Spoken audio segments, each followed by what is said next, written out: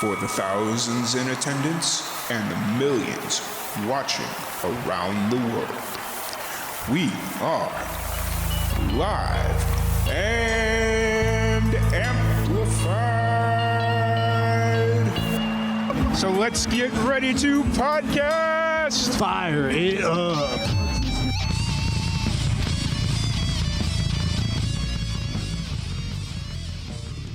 Welcome, everybody, to another live and amplified livecast. I'm your host, Tom Quiet, and we are back at it again with another amazing podcast. Today, we have a very special guest. We have Mandy Prater. How's it going today, Mandy? I'm great. How are you doing, Tom? Doing pretty good. I've got everything under control now. I feels like my life is centered again, kind of. So, you know, it's exciting times. Yes, absolutely. Yeah. But I'm really excited to have you on. I've been following your music, I'm going to safely say, since I moved to Texas about 2 years ago. And then during the pandemic, I started watching your free parking live streams on Facebook. Yeah. And it was one of those things that really helped me get through the pandemic. So I really appreciate it. Oh, and that's awesome. When it was brought to my attention, I don't remember who emailed me about you, though. Can't remember the guy's name. It might have been Rob, my guy who's been helping me with my radio promotions. There you go. So he reached out to a buddy of mine out in New Mexico and threw it back my way. And I was like, oh, yeah, I've been following Mandy for... Oh, my gosh. That's so it was funny. Really cool. Yeah. So I'm really excited to sit here and chat with you and get to know more about you, what you got going on. But before we kind of jump into your new single and everything you got going on, what's your, let's say, comic book origin story? What got you into music? You know, all that fun stuff. Well, to go way back to the beginning, ever since I was a little kid, whenever I saw singers on TV, like we're talking like Madonna, Tina Turner, I was like, I want to be like her. So I've always loved music, always loved to sing, always did, choir and things like that when I was a kid. And then around my early teenage years is when I was inspired to pick up an instrument. And the first instrument that I learned was the guitar. And I started my first garage band in 8th grade and, jammed with a couple friends and just been playing music and writing music and being a mega fan of music ever since. Awesome. And so for the people that are just tuning in during the pre-show chatter, you'd mentioned that you're from Fort Wayne. How long did you stay there? Did you pretty much just grow up in Fort Wayne or? Yeah, well, I grew up outside of Fort Wayne, about 30 minutes away in a little town called Kendallville that had about 7,000 or 8,000 people in it in Indiana and northeastern Indiana. I lived there from the time I was born until college. Then I went to Chicago for college and so lived there and then had a brief stint in I'm blanking, Arizona. Okay. Went to Arizona for a little while, studied audio engineering and music production there at a school called the Conservatory of Recording Arts and Sciences, because I kind of wanted to learn the other side of what goes into making music. And that's been very, very helpful throughout my career, just kind of having a little bit more background in the technical side. So came back to Chicago, then eventually ended up in New Orleans for a little while, where unfortunately the timing was bad. We were there for a little over a year and Hurricane Katrina happened. Oh, wow. So we fled to Texas and ended up staying in Austin, spending what we thought was just going to be a weekend in Austin till things blew over. And then we were watching our neighborhood get flooded on national TV and figured out, long story short, after a few months of trying to figure out life, we ended up staying in Austin. Yeah. So that's been my home since 2005 or 6 and been enjoying the music scene here, Nice. doing And that. you, since 2000, we'll call it, I think it was 2005 when Katrina hit. That sounds about Yes, right. that's right. How's the music scene in Austin evolved over those 16, I guess almost 17 years at this point? It's kind of interesting for me. I've done different things, and when I first got here, I started playing in a lot of cover bands, singing and playing guitar or keys or drums or whatever the band needed, and also worked on some original things as well. But I've seen it change in the fact that Austin has become more expensive. A lot of musicians, even that I personally know, have had to move outside of town to surrounding cities and towns as the population booms and rents get more expensive. And luckily, my now husband and I were able to buy a house here in Austin when the market was a little lower. Yeah. So we've kind of weathered that, luckily, but rents are crazy here. Yeah. And so I'm not sure, but people keep moving here. Musicians keep moving here. It just, the reputation of the city has continued, I think, to encourage people to want to move here because they see it as a mecca of live music, the nickname, the live music capital of the world. I think having been, the pandemic the last year and a half, it's been kind of hard to call it that so much, but I have a lot of music friends that were eager to get back out there, and some that never stopped playing live shows throughout the pandemic. Yeah.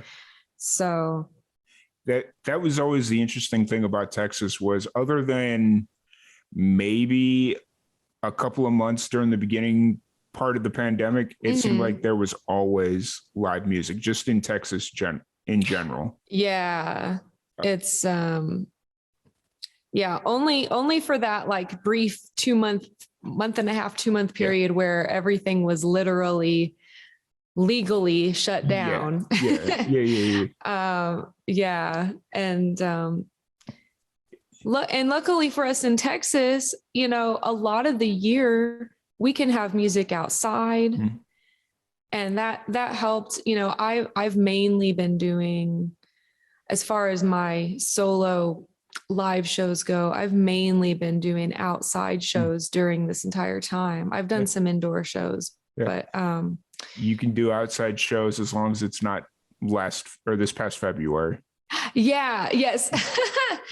I'm a wuss though, even having grown up in the north. Like if it's below 60 degrees, I don't want to be outside. And my guitar doesn't like it either. The strings start to get stiff, your hands start to get cold, my voice gets cold. So I'd rather play in 100 degrees than 60 degrees. And that's something that a lot of musicians don't take into consideration, is that the elements play a huge factor in how your shows go. We did a live recording with a set of twins. They did like a little duo acoustic thing, and they weren't ready for they lived in Albuquerque, New Mexico. We were down in Roswell, New Mexico, and they came down, and the allergens down there just destroyed their voices and dried out everything. And it was just like, sorry, we won't do that again, so. Allergies can be bad. When it's oak time here, it kills me. But I'm allergic to like every tree pretty much. So I don't know what it is, but there are certain times when the wind is blowing just right. Watch out, my allergies. So you've been playing music for a good amount of time now. Who originally introduced you to music? Well, like I said, growing up, my parents always had music playing on the stereo. They loved everything from classic rock to soul, R&B, pop music.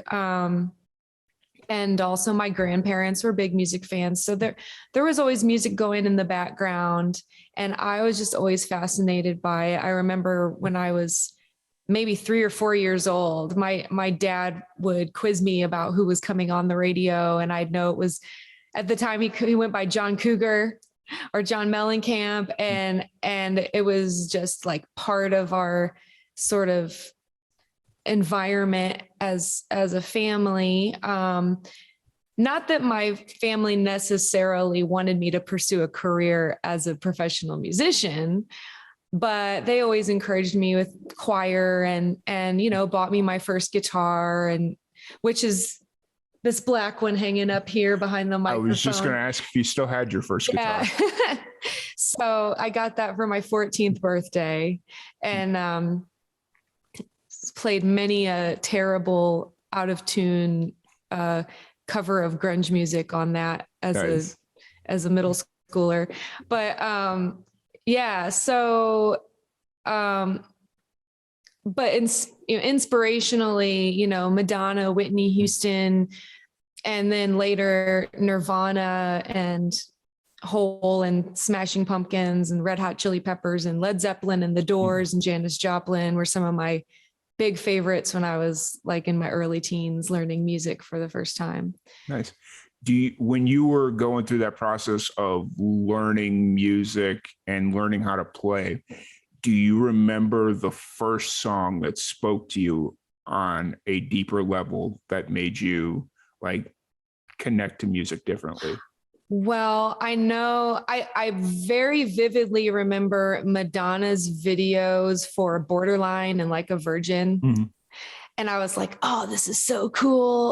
Like she's so tough, and I really liked her attitude. And then when I got to be a little older, like my sort of epiphany in life was when I saw the video, Nirvana's video for Heart Shaped Box, their song Heart Shaped Box. Mm-hmm. And I was, just a little weirded out, a little freaked out, and also like, what is this? Because I'd never heard that kind of music before. And I was just super intrigued.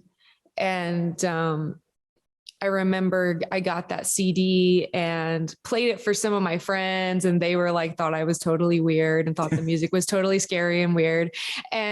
But that song, I mean, even the walls in my room are inspired by that music video, the color. So it's, that kind of reminds me to like go back and think about where I came from sometimes too. But yeah, that had a huge impact, and Nirvana, if it weren't for Nirvana, I may have never picked up the guitar. I don't know. Was the guitar the first instrument you started learning how to play, or did you learn on something else? Yeah, I started on guitar. We had a piano in my house, and my younger sister was a piano player from age like 7. But I would tinker around on it, but I didn't really learn much of piano till I got a little older. So yeah, it was mainly guitar. I played guitar for about 2 or 3 years, and then I started playing bass because there weren't very many bass players in my town, and there was some guys came and asked me to be in their band, and they needed a bass player, and I was like, sure, I'll try playing bass, so, and then I did that. I mainly played bass for 2 or 3 years, and then kind of went back to guitar when I was out of school and I was playing solo stuff again by myself. Yeah.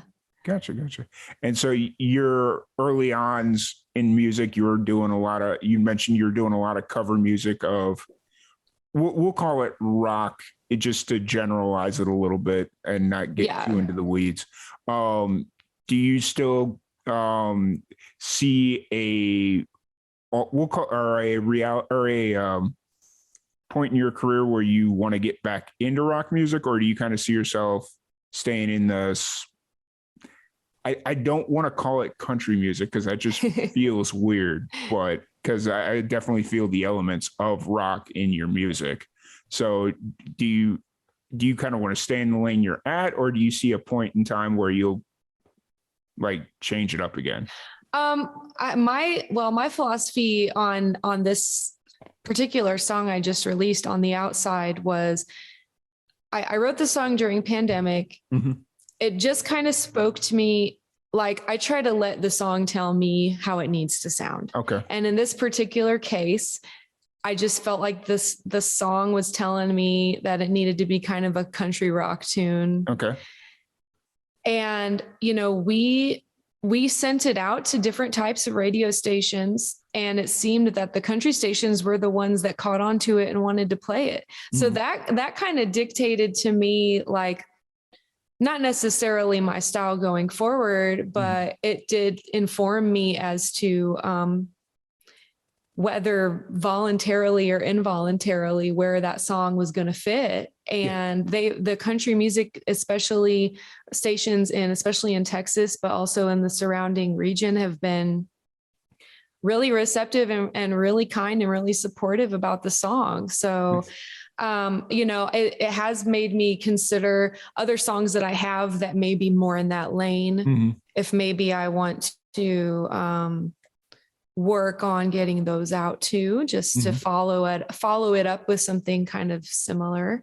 I haven't completely made that decision yet. But yeah, having just grown up with so many different influences, I've had a hard time pinning myself down to a particular genre. Yeah, I completely understood. And even in this day and age, I feel like a lot of musicians kind of struggle with that, where it's like they're influenced by so many different styles or so many different genres that they struggle. I don't want to call it an identity crisis, but for a lack of better terms, that's almost what it is. But since you brought up On the Outside, you mentioned that you wrote that during the pandemic. What's the story? Like, what's the story behind that song?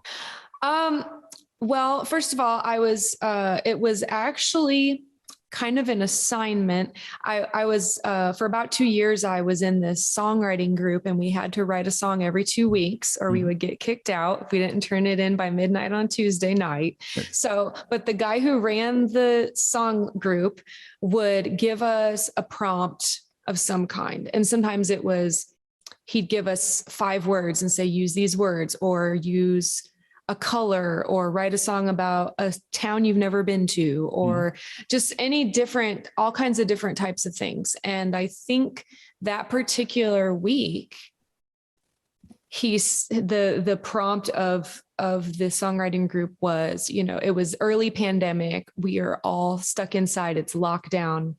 Let's write songs about going outside.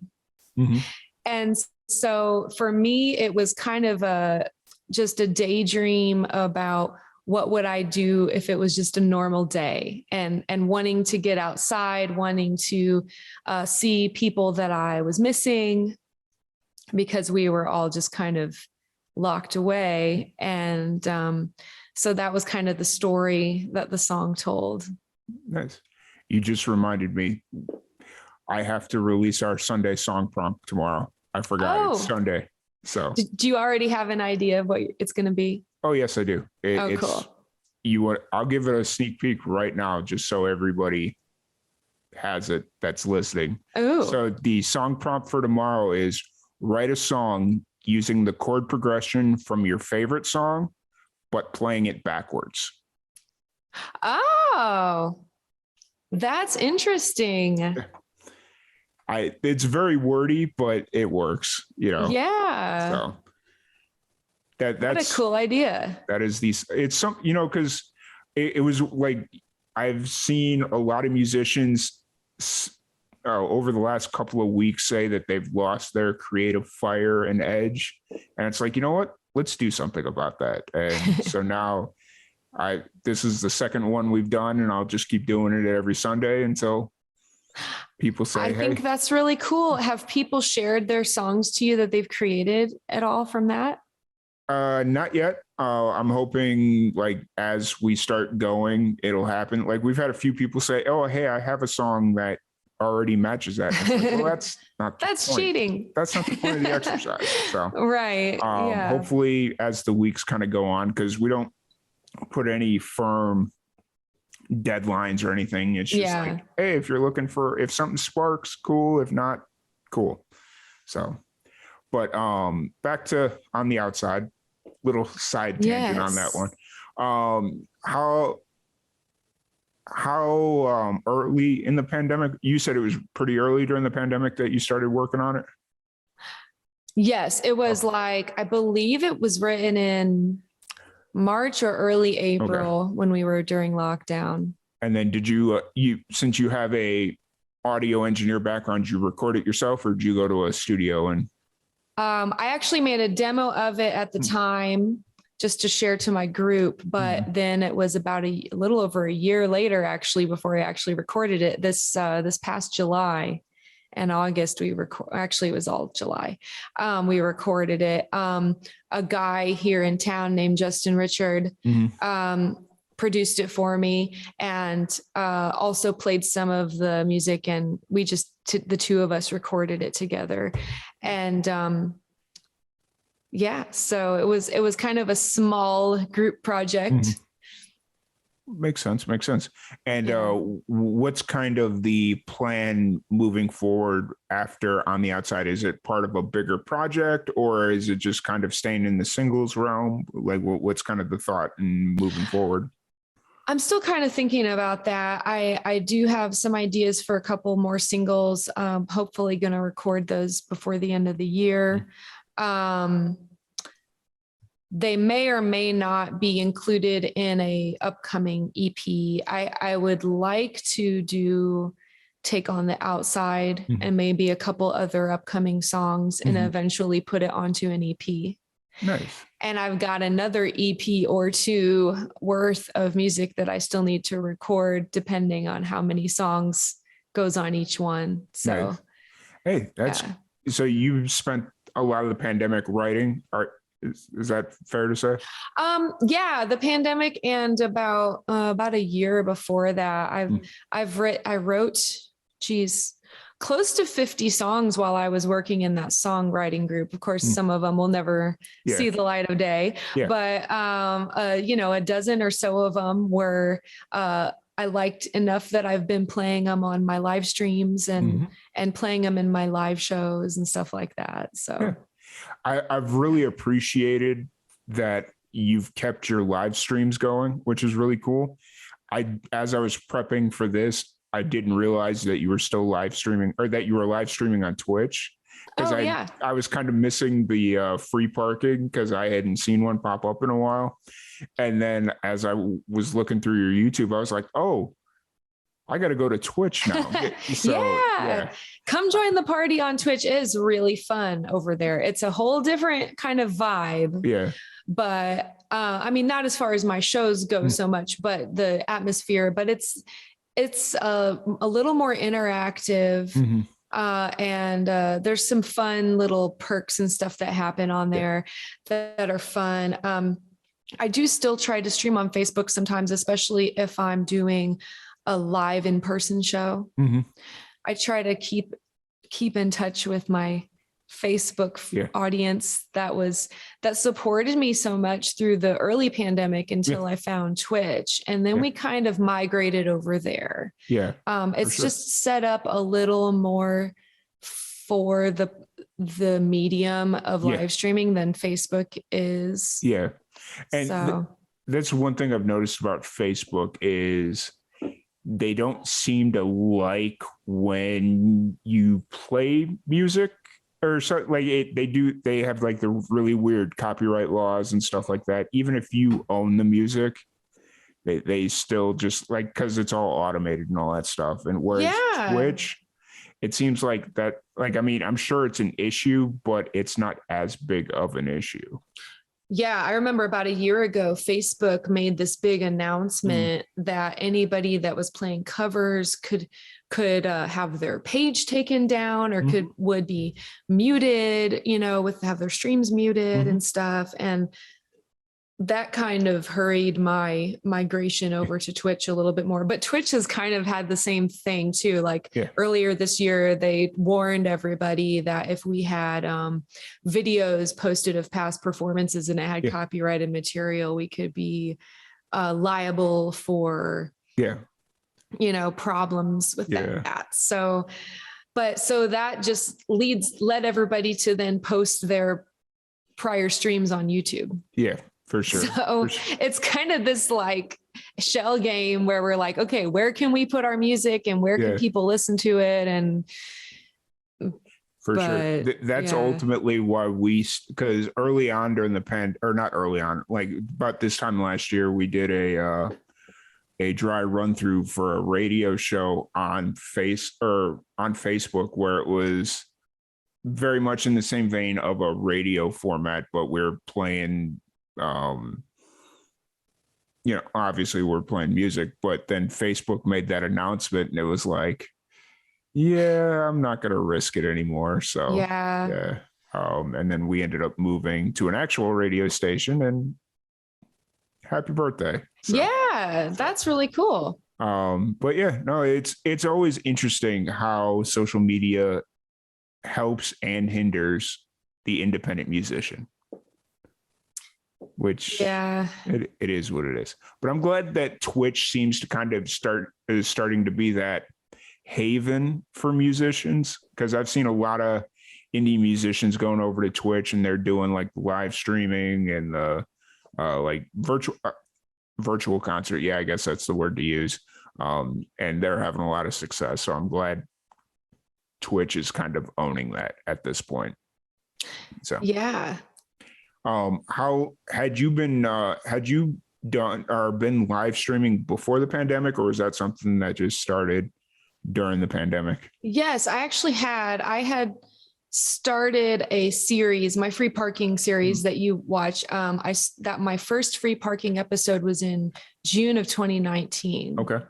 So I'd been for about 9 months, had been doing at least usually weekly shows, until the pandemic kicked in, just little half-hour streams here and there. And then once the pandemic kicked in, people were like, actually it was my mom was like, why don't you do longer streams? And I was like, I don't see why I couldn't. Yeah. So, I started doing longer and longer streams till it became a thing. And then when I decided to start, join Twitch, it was great. We had the Facebook stream, and then we would take the crew over right after that on Saturday night and go do the after party on Twitch. Nice. And do another hour or so over there. And it really helped to build the following on Twitch, because it's hard when you start streaming. You might have 2 friends show up and watch, and it takes a while to build up your following. But if you have 10 friends there, people notice you a little bit more and they start joining in. So that was really helpful in the early days. And still, a lot of those people are still with me. So it's been great. That's always good. I've seen the live streams and virtual concerts really pick musicians' careers up in a time where their careers could have easily died or fallen off, or however you want to word it. So it's really cool. So kind of moving forward a little bit, are you actively out playing live shows now? How often are you playing or how often would you like to be playing when there isn't a global pandemic? Yeah, that's a good question. Well, I do 3 shows a week on Twitch right now. And then sometimes if I'm playing a live show, I'll stream it on Facebook. So I'm doing 3 shows a week. And then I've got 2 regular places that I play monthly here in Austin, assuming that the weather or whatever conditions are right. And then I play with a band called Finger Pistol. That's a local honky tonk country style band. I do that once or twice a month typically. But if there were no pandemic and I didn't have to worry about conditions, I would love to do, a couple shows a week around Central Texas, and then have still my live stream shows too. Nice. And then, so Texas is primarily where you're playing when you're doing like I don't want to say gigs, but gigs that aren't online. Right. Yes. I mean, I would be totally open, and it's been, my dream for years to take a larger tour or go to Europe and play, go East Coast, West Coast, Midwest where our families are and stuff. Any of that I would love to do. If the logistics were correct for it. But for right now, I mainly stay within an hour or two of Austin for most of my live gigs. Awesome. Well, Yeah. to kind of change the pace of this interview and make it a little bit more interesting, I have a random question generator Oh, cool. on my phone. Ooh, random. So if you are ready, I'm going to ask you a random question. Let me swipe this thing here so we get a fresh random question. So if you're ready, I got this for you. Okay, ready. Complete this sentence. Life's too short to.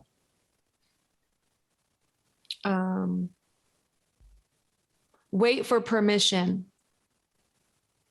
Facts. Facts. I love it. What kind of what prompted that answer to pop into your head?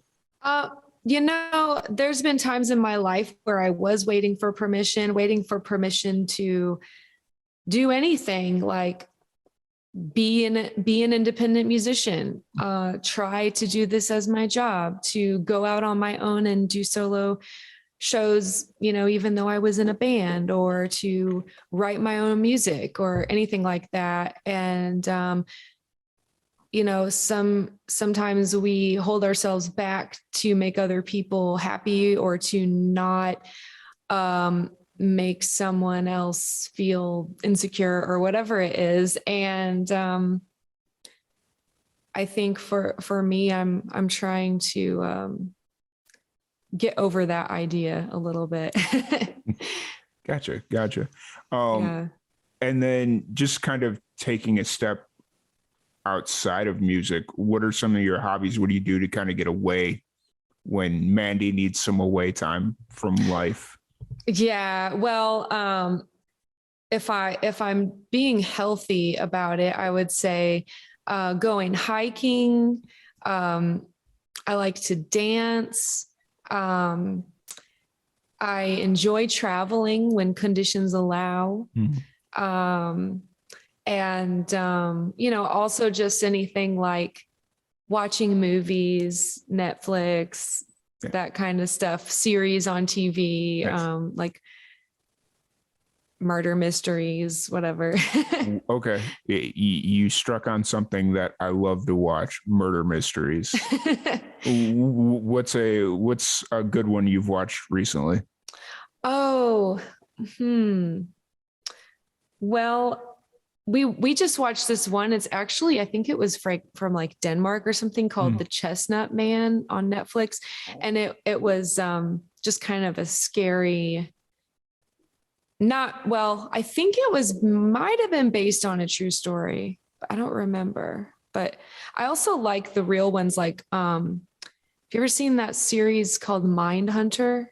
I've seen, yes. I've watched it twice. Yeah. It's like where it's a kind of a dramatization of these real guys, these real FBI profilers that were some of the first people to coin the term serial killer. And they went into the prisons and interviewed actual serial killers.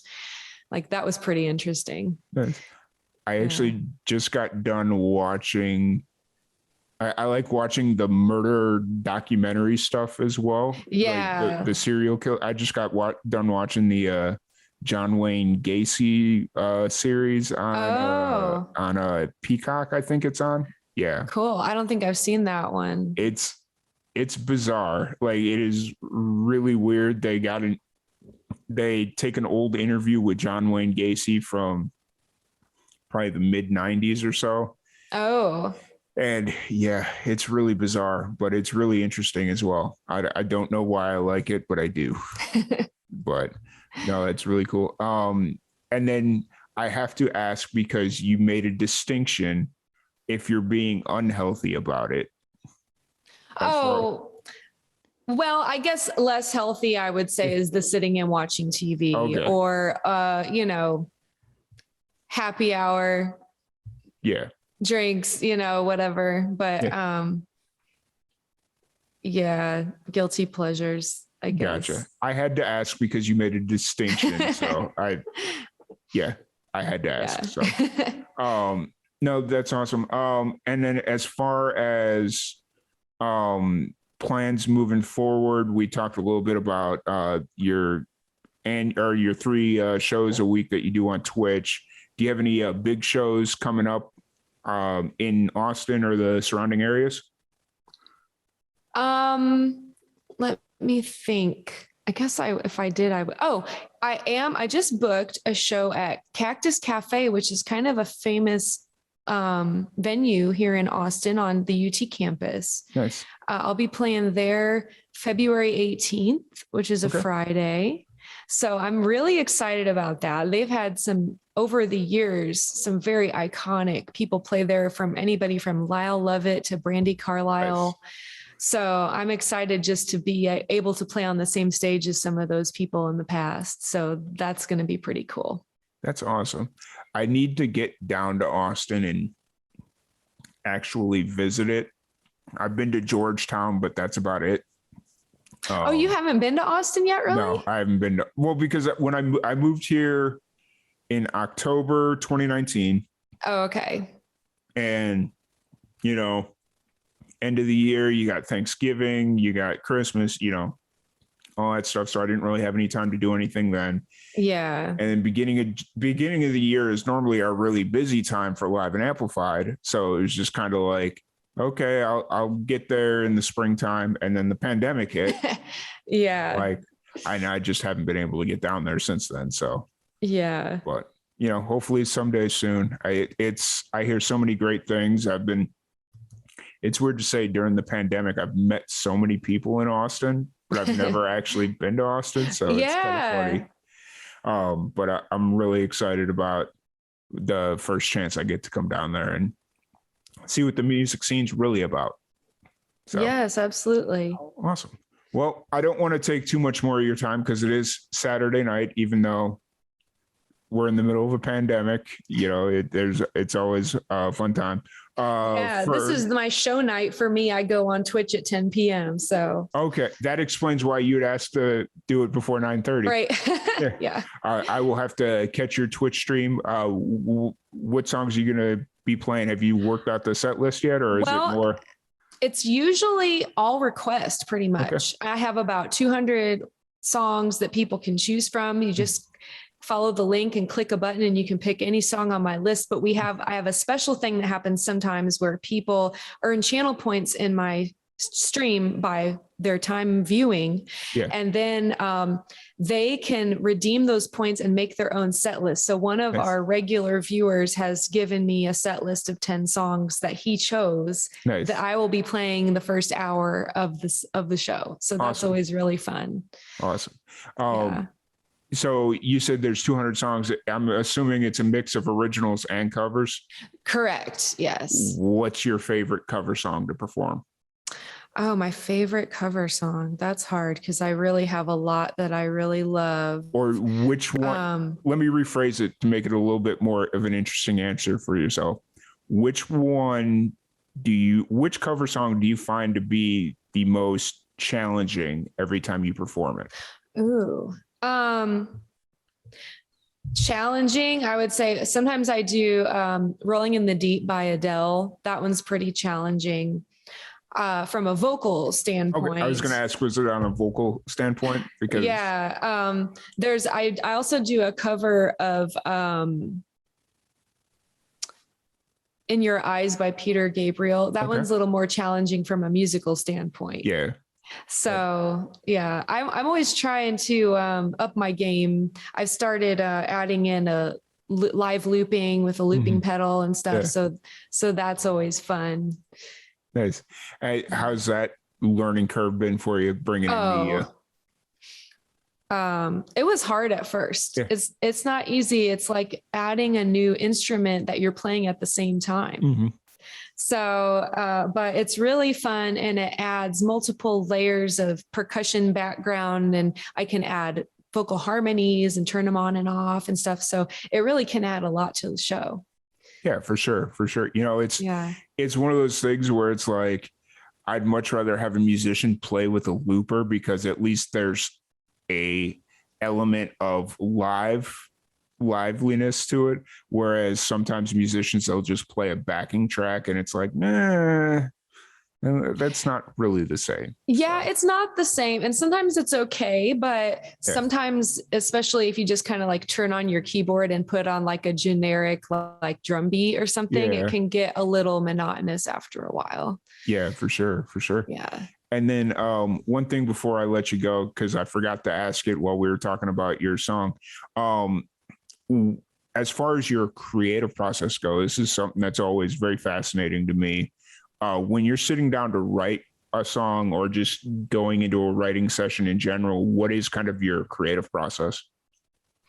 Well, I have notebooks and voice memos and notes memos in my phone that have lyrical ideas. Sometimes I don't write an entire song at once. Sometimes, but usually when I write a song, the words tend to come first and then the music.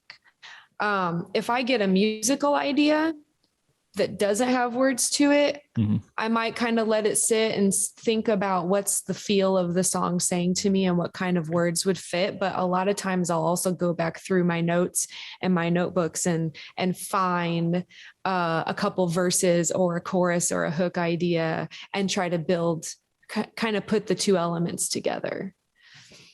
Awesome. Well, once again, thank you so much for joining us. It's been an absolute blast chatting with you, and hopefully I'll be able to come down to Austin here at some point and see a live show. Maybe the one in February, weather permitting. I'm just going to put that one out there. Yeah. You know, it was one of those things. Last year, I thought we were done in January, and then February hit, and it's like, oh, that's I know. Assuming we have power and I can plug something in and play, we'll be down there. So awesome. Yeah. For anybody that wants to check out your music or any of your upcoming live shows, schedules of that nature, where's the best place for them to do that? If you go to mandypratermusic.com, you can find links to all of my other social media and my Bandcamp and any type of musical service that you might like to download or stream my songs from. Also, just come to twitch.tv/Mandy Prater. That's where a lot of my live streams are happening now. And you can also find my links on Twitch. Awesome. I will definitely make sure I'm still awake at 10 o'clock. I was sitting here, I was like, man, I am so tired right now, because for whatever reason, I was up at 5 a.m. and I was just like, I'm sitting here like, I just want to go back to sleep. Well, and you went car shopping today. That is exhausting. But I need to eat, because I haven't really eaten anything at all today. So it's just like, maybe I'll make myself something to eat and enjoy a nice little show while I'm at it. Cool. We'll look forward to seeing you if you can make it. Yeah, absolutely. And then just to kind of wrap this whole thing up, what is one thing that you miss about Indiana that just isn't the same here in Texas? My family. That's where most of my family is. So definitely miss them. Fair enough. My go-to and 80-degree summers. Okay. Yeah, that's fair. Yeah. My go-to is the pizza. The pizza's not the same here, but yeah, definitely. So, but once again, thank you so much for joining us. I really appreciate you taking the time to sit down and chat with us. Whenever you want to come back on and promote the next single, the EP, you know, like whatever you got going on, feel free to reach out. We'd love to have you back on. Awesome. Thank you so much. Absolutely. Once again, thank you everybody for tuning in, and we will catch you later. All right. Take care. Yep.